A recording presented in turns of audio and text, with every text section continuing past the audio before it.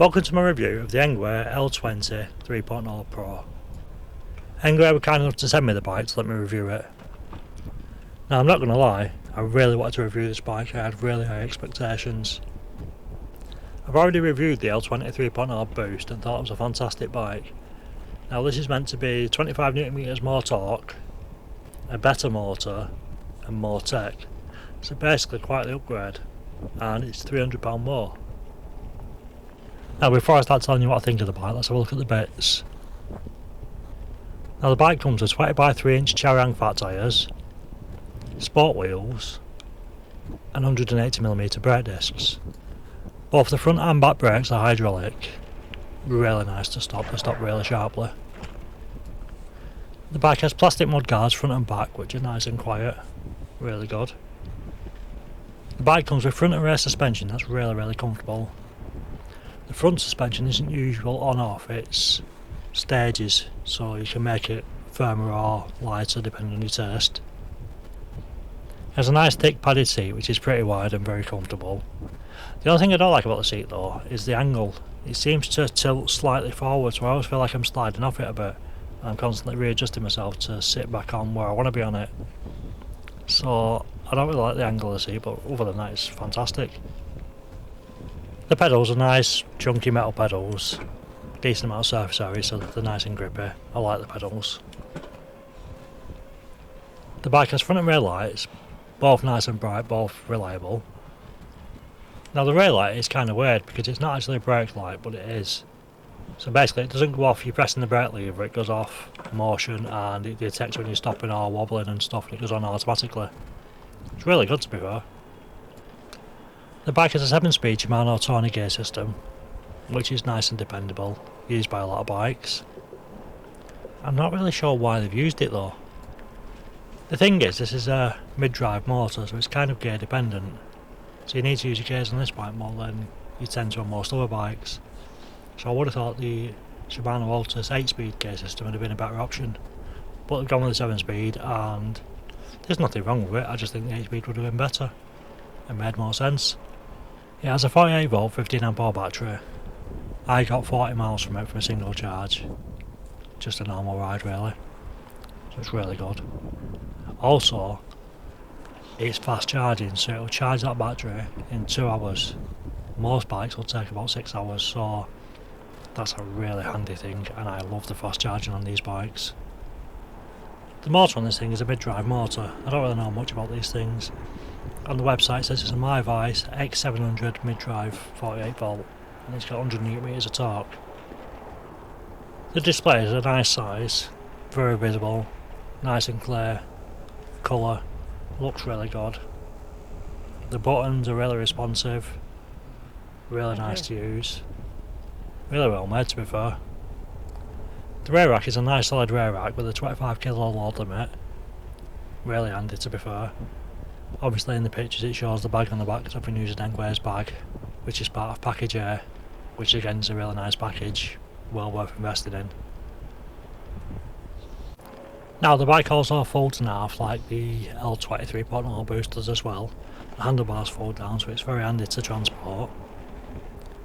Now the bike will connect to Engwe's phone app. Now usually I'm not really a big fan of these apps, they don't really do anything useful. The Engwe one kind of does because if you fill in all the details it's got basically your bike, serial number and all that stuff on your phone, so should you lose your bike you've got proof it's yours and stuff like that. But beyond that they're kind of useless. In honesty I was expecting very similar from this on, but it's really not. This is next level, this is actually a useful app. Now on the app you have the standard pretty useless things like turn your bike on and off, turn your bike light on and off, adjust your pedal assist. Now I don't like these, they're useless. It's far easier to just turn your bike on and off by pressing the button on the bike, same with your lights and same with the pedal assist. Why would you change your pedal assist via app when you've got buttons there that can do it far easier? Makes no sense. Now you have a button on the app that says find my bike. If you press that it'll show you a map of where your bike is. Your bike actually has a tracker inside it. Now it actually blows my mind that they haven't put these in before, because these bikes are expensive, and should you get it stolen, it's gone. But a tracker kind of gives you a chance of getting it back. Now, I've looked at trackers, third party ones, and I've bought some off eBay and stuff where they come, you need a SIM card, they're an absolute nightmare to set up, and I've just given up. I've seen the Apple AirTags, but they require an Apple thing, and they don't seem to be a Samsung equivalent. It's just, I don't want stress to find my bike, I just want a nice simple thing, and I've never found one, but this puts one in. And I applaud Engwe for doing that, because anything that stops my bike getting stolen or makes it easy to get it back is a win. Next I have a button called ring bell, and that kind of makes it beep and flash for a while. I don't think you can actually stop it when you've pressed it, I think it stops by itself after a few minutes. So don't press it unless you're prepared to wait for it. The bike has a built-in motion detector, and if you knock your bike it'll beep it for a few seconds, then stop, and I assume it's set to repeat the cycle every so often. I'm not sure exactly how much. Now you can turn off the motion detection in the app, because basically whenever you turn your bike off, the motion detection is active. It will also send a notification to your phone if you connect it to the app telling that your bike's been moved, which is really nice. Now the alarm itself isn't that loud, but it's significantly annoying, so that if somebody was walking through a car park with your bike and that was going off, somebody would think, they've stolen that, so I think it's effective for sure. Now next on the app is the battery percent. Now usually on an e-bike it tells you it's got 1 to 5 bars, on this it tells you the actual percent, and it's pretty accurate. Now the thing is, usually I charge these things by taking the battery out and plugging them in, but if you leave the battery in this thing and plug the charger into the bike, it'll tell you on the bike the percent of the battery on the LCD. It'll tell you on the app as you log in. It'll also send you a notification saying your bike's being charged, and when it's fully charged it'll send you another notification saying your bike is charged. So it actually tells you when your bike's fully charged, which I've not seen on any other bike. I love that aspect. So yeah, I think the app's really useful, well worth having, and in honesty I hope that Engwe really look at this app, the things like the Find My Bike and the motion detector, even the fast charge on the batteries. I hope they really look at that and go, actually, we need to implement this technology in our future range of bikes, in every single one, because they're really useful. Yes, it'll increase the price of the bike and the production costs, but I think I'd be happy to pay a bit more to get this technology because it's really useful. So yeah, please put this technology in all your bikes from now on, Engwe. So the bike comes in Engwe's smaller style box, nice and packaged, really well protected. As always, you are required to do some assembly, so the front wheel needs to go on, the front mudguard, the rear rack, the handlebars, the stem, the pedals, the seat. Oh, and both lights too. In addition, when you get it, the left lever will be the front brake and the right lever the back brake. If you're in the UK, it's actually meant to be the other way around, so you'll need to swap the hoses over to be in the right brake. Now that may sound daunting, but it's really not that hard. You basically pull the rubber cap off the brake lever, which will reveal the bolt. You untighten the bolt so it's completely out, and then the actual hose clips in. Now sometimes it can be a bit stiff, so you might need a little bit of force to get it out, and you do that on both sides and then clip them back in, re-screw the bolt in and put the rubber bits on. Make sure it's nice and tight, and make sure and they're extra careful when you're screwing the bolt back in that you don't cross thread it and get it on a dodgy angle. Like, make sure it's lined up and it screws in easily. Apparently as well, when you actually start messing about with hydraulic brakes, you should loosen the levers and have them level to the ground. Apparently that affects it somehow. I don't know, but that's just what I've been told. I'd also say if you're going to buy a bike with hydraulic brakes, you really need to learn how to bleed them, because air will get in the system and you'll have to bleed them eventually, or somebody will, and it seems daunting because most people don't know how to do it. But once you know, it's really not that hard. So I'll put a link in the description on how to bleed your brakes. It's not from me, it's from another fella's video.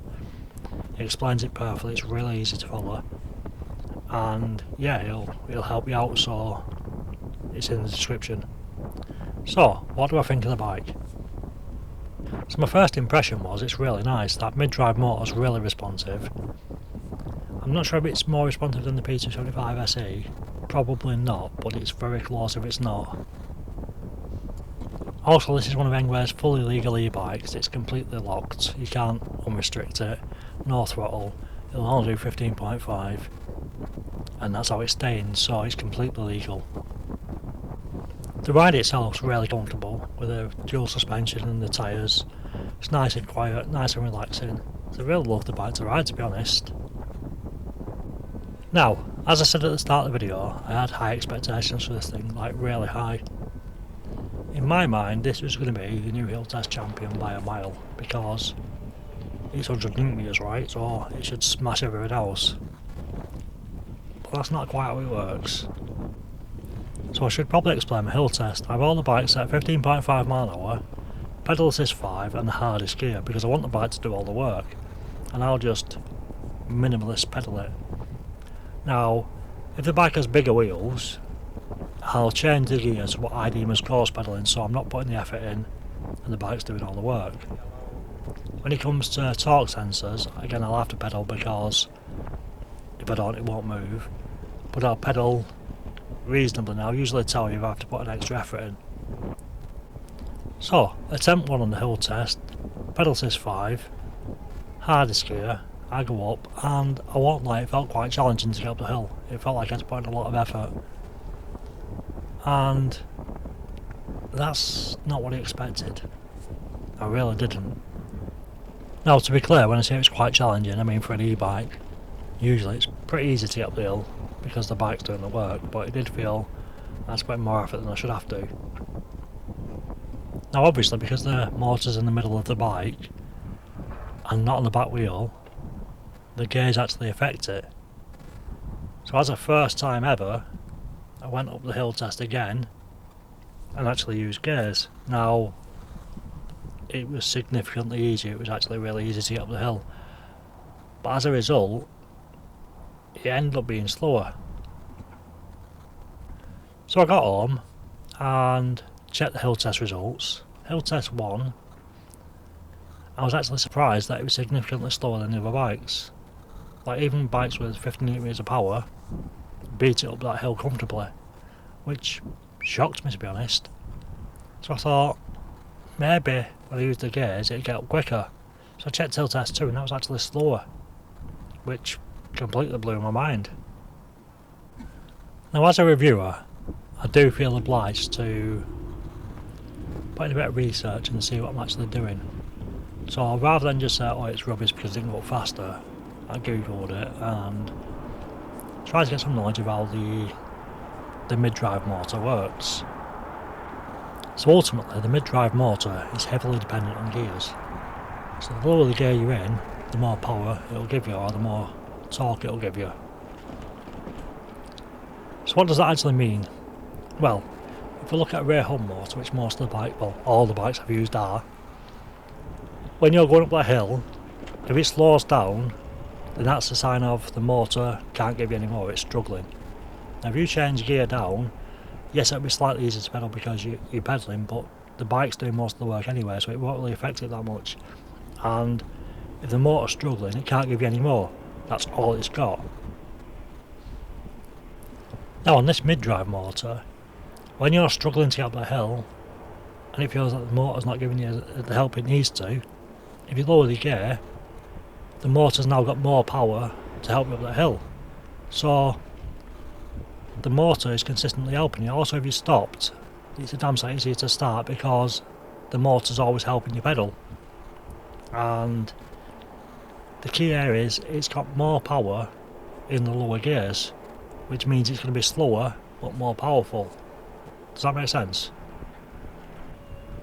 Now, rather than accept Google's explanation, I thought I'd better test it. Now, I kind of did test it on the second attempt because it was really easy to get up the hill. but it was slower than other bikes. So is there really a benefit to it? Because if the other bikes are quick up the hill, then you're going to get about you a day quicker, and do you need that extra torque? Now that's actually a hard question to answer, to be honest, because that hill is pretty challenging. It's not an easy hill by any standards, and it's probably more severe than most people are going to face in day-to-day life. But it's not quite severe enough to make the bikes fail in general. Most of them do get up it, even if it's slower than they should do. So I do like my hill test, because it's a good test. Now, there is another hill local that somebody suggested I should do hill tests on now, and I was like, not a chance, that's like way too steep. I'm not even trying to get up there on an e-bike. But because this is meant to have more power, I took this bike there. Now I was actually surprised how well this bike performed on the new hill, because this hill's nasty. This isn't one I'd want to even walk up, let alone try and ride a bike up. It's bad. But the bike dawdled its way up the hill, happily pedalling along. It had no issues at all, and it was good. But because I'm getting older, I'm unfit, as I got higher and higher up the hill, I was feeling it. I was getting a little bit tired. Even though the bike was actually managing it really easily, I was struggling. And I feel I let the bike down, because it could have managed that hill no issues at all if it wasn't for the lazy fat rider. Now, there was actually a point on the hill where I stopped because I was out of breath, and restarting was pretty easy. It was far easier than I anticipated, and that's due to the power you get from this mid-drive motor. So it's actually really, really good on hills. So ultimately I do feel this is a bike for hills. If the hill's extreme, this is going to get you uphill that the other bikes won't, and without too much effort, to be honest. So this is a really, really good bike for hills. Now I did say I'm not really sure why they give you a 7-speed manual gear system, and I stand by that, because if you put an 8-speed in and added a bigger cassette where so the biggest cog had more teeth, you'd have another level of ease to get up hills. So it'd get up even steeper hills, which would make it even better. Now the thing is, with a mid-drive motor you can do that. With a rear hub motor it makes no difference. It's not going to get up the hill if it can't get up the hill. So this for me is kind of like the Land Rover of Ebikes. It'll get you where you need to get. It'll get you places other bikes can't get you. And when you're on flat areas, it's nice, smooth and comfortable to ride, and a very chilled, pleasant ride. So it's a fantastic all-rounder. Now, I'm not really sure how or why it works, or the science behind it or any of that stuff, but during riding or setting off, pedalling normally, it doesn't really feel like you're putting in any effort. Like, you are, but no more than other e-bikes. Now, when I'd done 40 miles on this, it felt like I'd rode a bike. It didn't feel like I was dying or like I was really unfit. It just felt I had a little bit of achiness or a little bit of tension in my legs where I could tell I'd had some exercise. So I do feel if you use this as a long-term bike, you'll build up your cardio slowly and get fit to using it, whereas other e-bikes I don't think you do. Because I've rode 35, 40 mile on a lot of e-bikes, and usually my bum hurts and that's it. My legs are fine, no aching, none of that. So they're not really doing me any exercise, because I'm putting in the highest gear and the highest pedal assist, the bike's doing all the work for me, whereas this one, you have to do a tiny bit. And again, I suppose if you put it in the lower assist, you'd have to do more, so this is a really good option. So yeah, my conclusion is this is a fantastic bike. Engwe have made a really good bike this time, they really have. I do think it's an upgrade from the L20 3.0 boost, but obviously it does work different than that. The app stuff is fantastic, it's really, really good, well worth the money, and I'd highly recommend this bike. Now I won't lie, after day one of testing, and I've probably staged towards the L20 3.0 boost, and if you've met me on Facebook or whatever, and you've asked me about these bikes, I've probably steered you towards this one because the 100 Nm is more powerful, so therefore it's a better bike, right? And I think after day one of testing I was feeling a little bit guilty about that because maybe it's not. But now I've been up the bigger hill on it and seen it for myself what it can actually do, I'd absolutely recommend this over the L20 3.0 boost, I really would.